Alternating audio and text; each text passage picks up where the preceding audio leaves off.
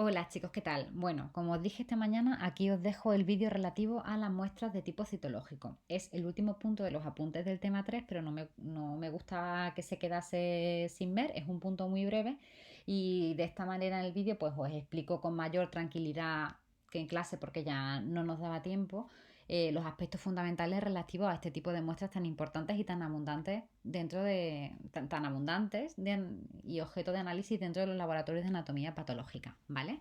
Comenzamos definiendo qué sería la citología, ¿vale? Pues la citología lo que es el estudio de las células de nuestro organismo. ¿Cómo vamos a realizar este estudio? Bueno, pues la citología nos va a permitir establecer un diagnóstico morfológico que va a estar basada en las características microscópicas que presenten estas células, pero no son las células, sino que también vamos a poder estudiar todos aquellos componentes extracelulares que se pueden desprender espontáneamente de los órganos subyacentes o que también pueden obtenerse mediante otro tipo de procedimientos, ¿vale? Que nosotros podemos de alguna forma inducir el desprendimiento de esa célula de órganos subyacentes pues a través de algún tipo de procedimiento, normalmente por ejemplo a través del cepillado. ¿Cuáles son los objetivos básicos de la citología? Pues fundamentalmente distinguir entre una población celular normal o una población celular neoplásica.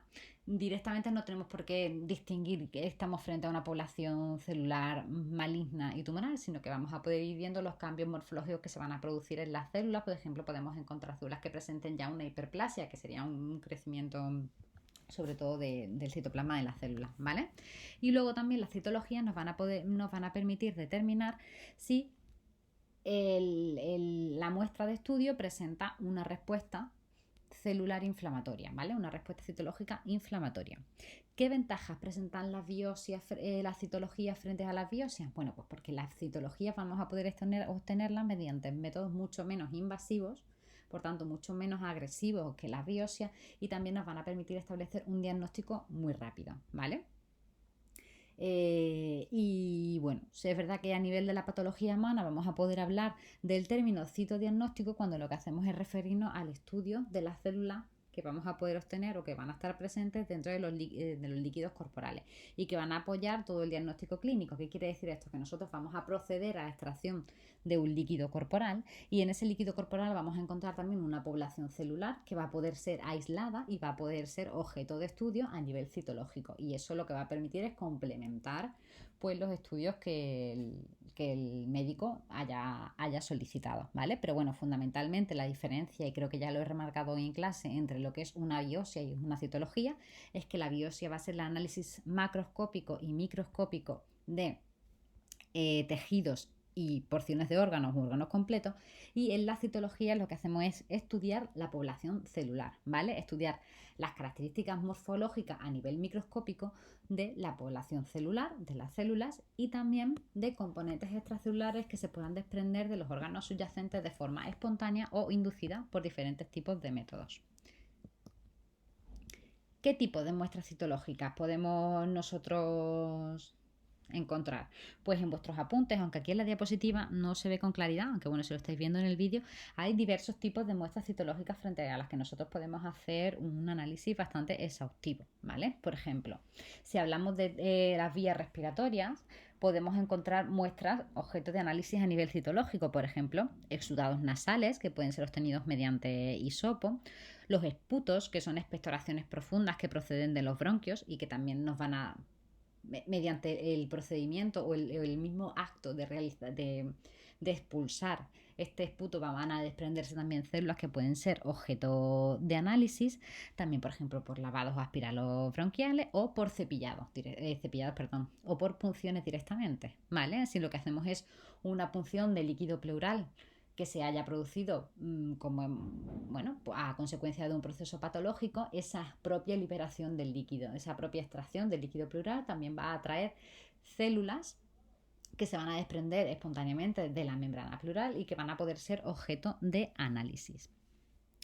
Citologías del tubo digestivo, ¿vale? Porque hagamos un frotis, por ejemplo, de la cavidad bucal, o porque nosotros a través de una endoscopia también realicemos un raspado de la superficie intestinal y de ahí también cojamos una muestra para analizar, ¿vale? Os pongo simplemente algunos ejemplos, vosotros le echáis un vistazo.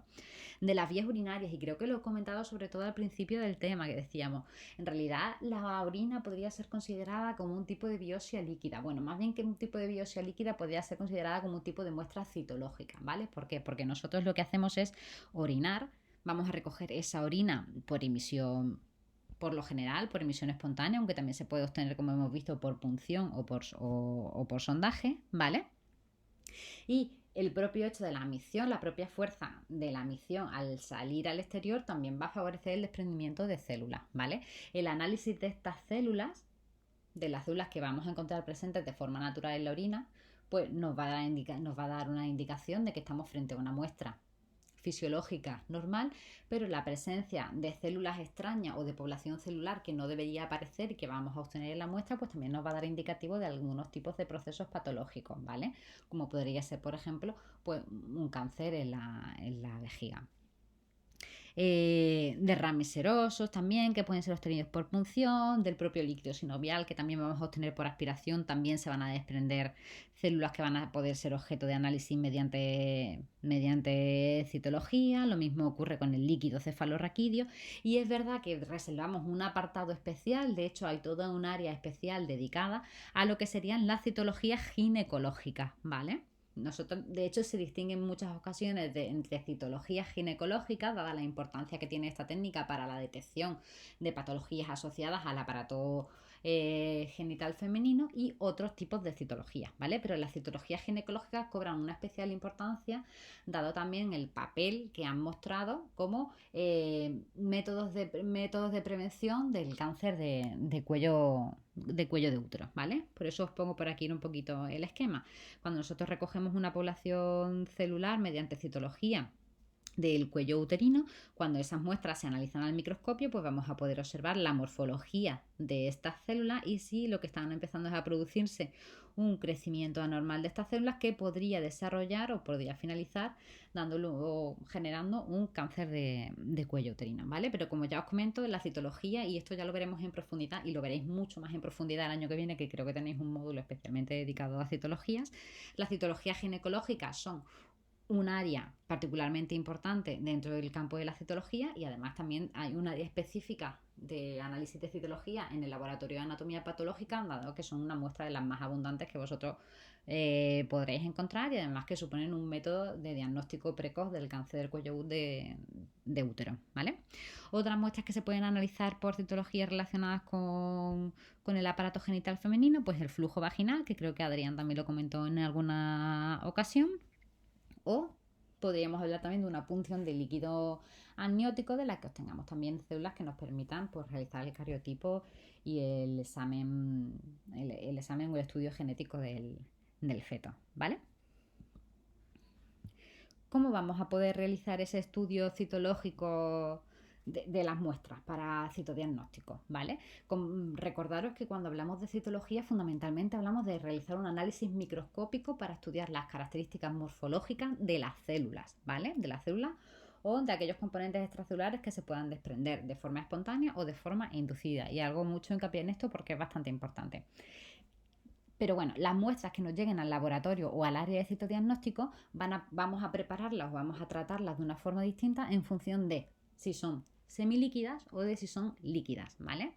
¿Qué tipo de muestras citológicas consideramos semilíquidas? Pues, por ejemplo, los esputos, ¿vale? Los cepillados, el flujo vaginal, dado que presentan una mayor densidad.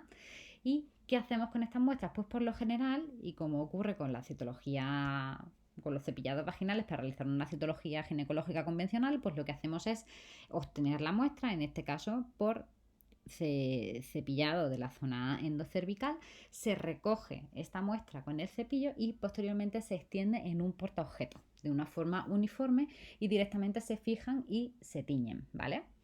Y ya veremos posteriormente que hay otra forma de extender estas muestras, ¿vale? Pero bueno, vamos a quedarnos con el caso de que son semilíquidas. Y luego lo que haríamos sería, pues una vez hemos hecho una tinción, cuando hablamos de citología ginecológica, lo que hacemos característicamente es originalmente no, lo que se hace es una tinción que nosotros conocemos como la de Papa Nicolau, ¿vale? Que se aplica fundamentalmente a exudados vaginales y lo que nos permite es pues la detección precoz del cáncer del cuello de útero por el análisis de la morfología de estas células, ¿vale? Si empiezan a observarse células con citoplasmas diferentes con un tamaño anormal, pues entonces ya procederíamos a realizar la biopsia correspondiente en el caso de que así se estime oportuno.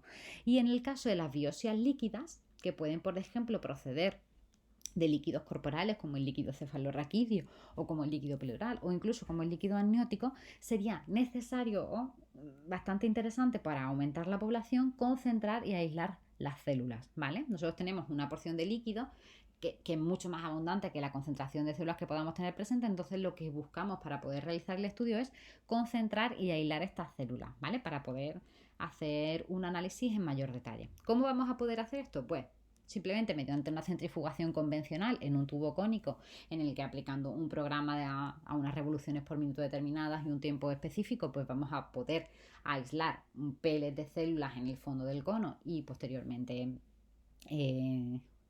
extraerlo y estudiarlo, o también mediante, en el caso, sobre todo en el caso en que las muestras líquidas para la citología sean mucho más escasas o estén mucho más la proporción de líquido sea mucho más escasa, podíamos hacer uso, por ejemplo, de una centrífuga particular que se suele emplear en este tipo de casos, que se conoce como CytoSpin, ¿vale?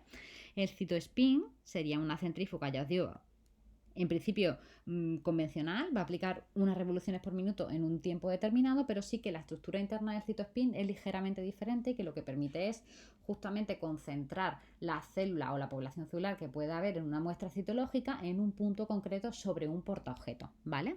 Por aquí os voy a poner ahora mismo el vídeo este.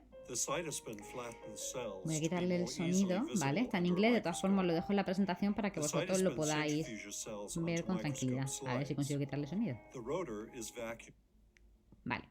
Como podéis ver, es una centrífuga exteriormente normal, ¿vale? Pero sí que es cierto que todo lo que es el rotor se puede extraer directamente para poder colocarlo sobre la pollata y que de esta manera pues intentar que no se agiten las muestras y se puedan diluir nuevamente. Luego además se genera un vacío especial en estas muestras, ¿vale? Que permite en este rotor, perdonadme, que permite que la muestra esté lo más inmóvil posible.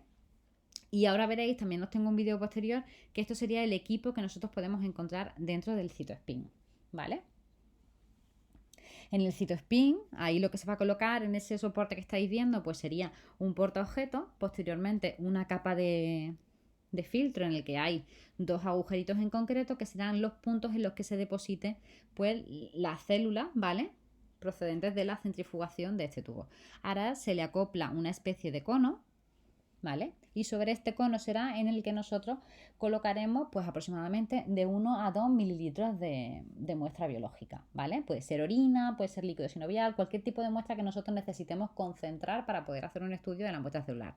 Ahí estáis viendo cómo colocan aproximadamente la muestra, 1 o 2 mililitros. Esto se va a localizar sobre el rotor, que es un poquito basculante. Se va a proceder a la centrifugación y ya veréis cómo en el momento en el que se centrifuga se queda todo perfectamente fijado. Bueno, ellos están enseñando cómo deben colocarse más, ya luego vosotros activáis el vídeo en inglés y se entiende bastante bien porque hablan muy despacito, ¿vale? Pondremos el programa correspondiente.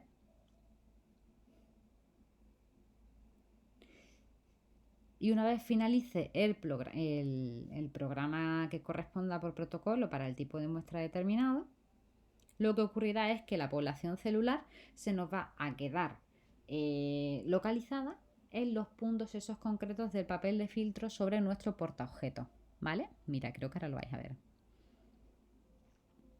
Se retira con cuidado el papel de filtro para no perturbar la muestra y como podéis observar ahí, se ha concentrado la muestra de células que ya está lista para poder hacer un análisis, ¿vale? Posteriormente se fijaría, se teñiría y podríamos realizar un análisis, en este caso, por ejemplo, de la muestra de una tinción por Papa Nicolau, ¿vale? Que es igual que la que hemos visto aquí. Bueno, aquí simplemente os explico cómo se hace ese uso del citospin, ¿vale? El citospin no es más que una cintocentrifuga con unas características particulares, una centrífuga de sobremesa, en la que se van a hacer uso de unos depósitos en forma de embudo sobre la que colocaremos la muestra, y además este embudo se colocará sobre un portaobjetos junto con un papel de filtro. Se aplicará el programa de centrifugación, de manera que cuando termine lo que ocurrirá es que la muestra se va a quedar depositada justo en esos espacios que el papel de filtro dejaba, y así podemos tener pues la población de células concentrada en un punto en concreto, ¿vale? Aquí os pongo un nuevo vídeo en el que, vamos, la verdad que se ve prácticamente lo mismo que se veía en el vídeo anterior, ¿vale? Cómo se funciona este citospin, cómo se debe colocar la muestra. Ya veis que se tiene que colocar, eso es un soporte como una pinza, sobre ese soporte colocaremos el portaobjetos. Posteriormente colocaremos el filtro, son unos filtros específicos que dejan unos orificios, puede ser uno o puede ser dos, y ese orificio de ahí que se ve será el punto sobre el que se localizará la muestra. ¿Cómo lo conseguimos? Porque luego se coloca el embudo y este embudo ahí, justo en ese punto, también tiene un huequito, ¿vale? Entonces, como es un tubo cónico, cuando se centrifuguen, las células se van a quedar en el fondo y van a depositarse sobre el portaobjetos, ¿vale? Bueno, no os entretengo más, simplemente lo podéis observar vosotros o podéis visualizar los vídeos en la presentación. Seguimos adelante.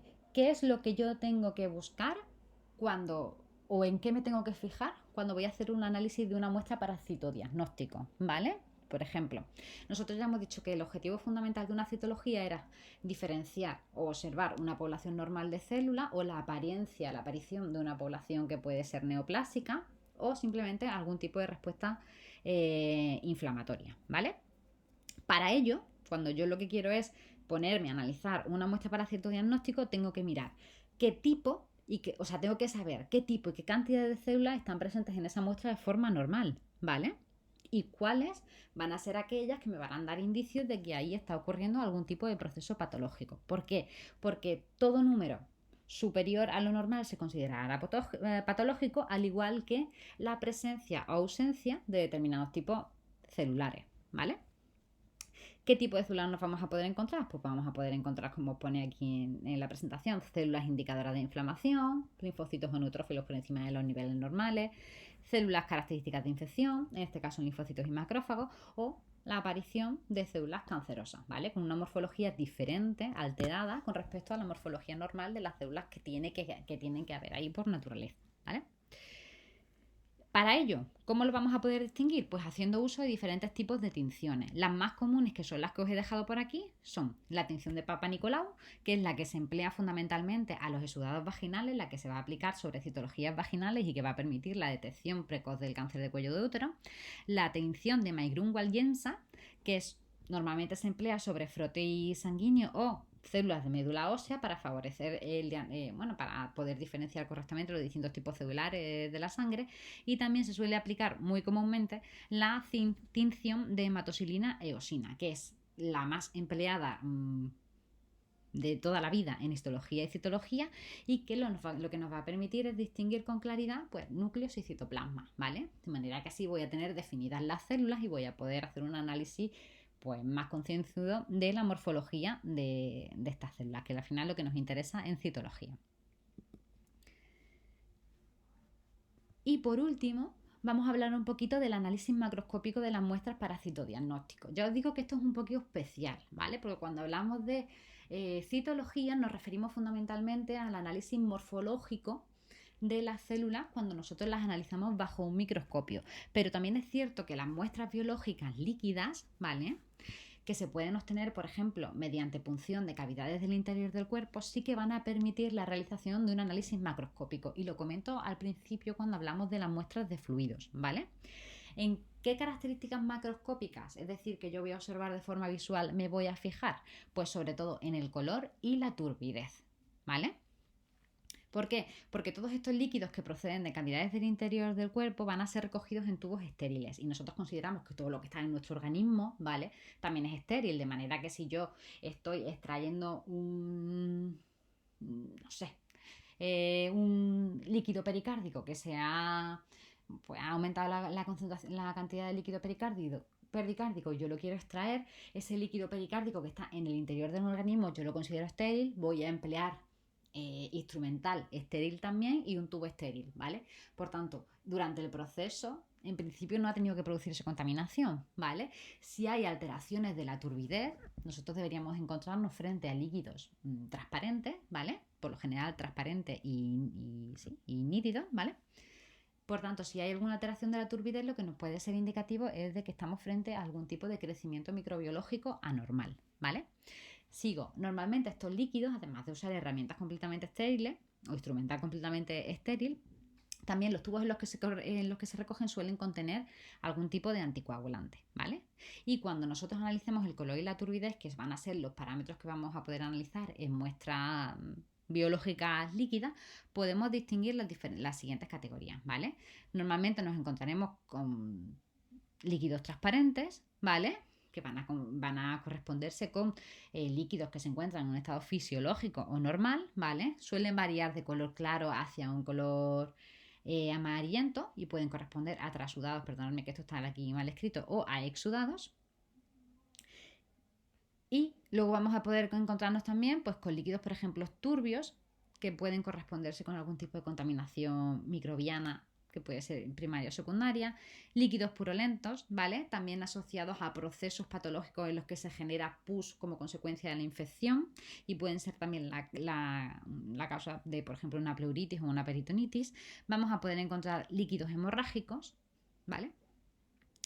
Que podrían ser consecuencia de un traumatismo, como comentaba esta mañana, producido por la propia punción que no se realiza correctamente, o que también nos podrían dar indicativos de algún tipo de neoplasia. Y también podríamos encontrar líquidos lechosos, también conocidos como quilosos, que por lo general es que presentan pues, abundante contenido en grasa y suelen ser debidos a obstrucciones linfáticas, ¿vale? Luego es importante mencionar, aunque ya lo he comentado en clase, que cuando nosotros extraemos una muestra de un líquido corporal o una muestra biológica líquida, por lo general no van a ir únicamente al laboratorio de anatomía patológica para citodiagnóstico, sino que irán al laboratorio de citodiagnóstico, pero también los enviaremos a los servicios de bioquímica y microbiología para su estudio, y siempre en alícuotas diferentes. Estas alícuotas se suelen recoger ya diferenciadas en el momento de la extracción. En el caso de que no se produjese, pues tendrían que hacerse en el punto de recogida, pero vamos, que normalmente por protocolo está establecido que se tienen que recoger cuando nosotros estamos haciendo una extracción de una muestra de líquido, pues en diferentes tubos para poder enviar a los distintos servicios. Y luego nada, simplemente que del análisis macroscópico os quedéis que en el caso de ser líquidos, pues también nos podemos fijar en algunas características macroscópicas que debemos anotar en los informes, como son el color y la turbidez. Y ya únicamente para finalizar, sobre todo cuando hablamos de muestras biológicas líquidas, ¿vale? Procedentes de punciones, pues es importante diferenciar dos términos, ¿vale? El trasudado y el exudado. ¿Qué sería el trasudado? Bueno, pues llamamos trasudado al líquido extravascular no inflamatorio y que además presenta un bajo contenido en proteínas. Aquí podéis vosotros observar las características de lo que nosotros denominamos un trasudado, ¿vale? Un color claro, con una concentración de proteínas baja y con además poca cantidad de células, o podríamos hablar también por el contrario de un exudado, que normalmente son líquidos que van a tener un origen inflamatorio y por tanto también van a tener una alta concentración de proteínas y de células, ¿vale? En el caso de ser exudados y como proceden de inflamaciones, pues también pueden presentar variedades en cuanto a color y turbidez. Y bueno, ya está. Con esto habríamos terminado. Ya os digo que esto bueno, no es un vídeo muy larguito, quizá me he extendido un pelín más, pero simplemente para que os quedéis con las cosas fundamentales relativas a la citología. Y nada, chicos, nos vemos el viernes.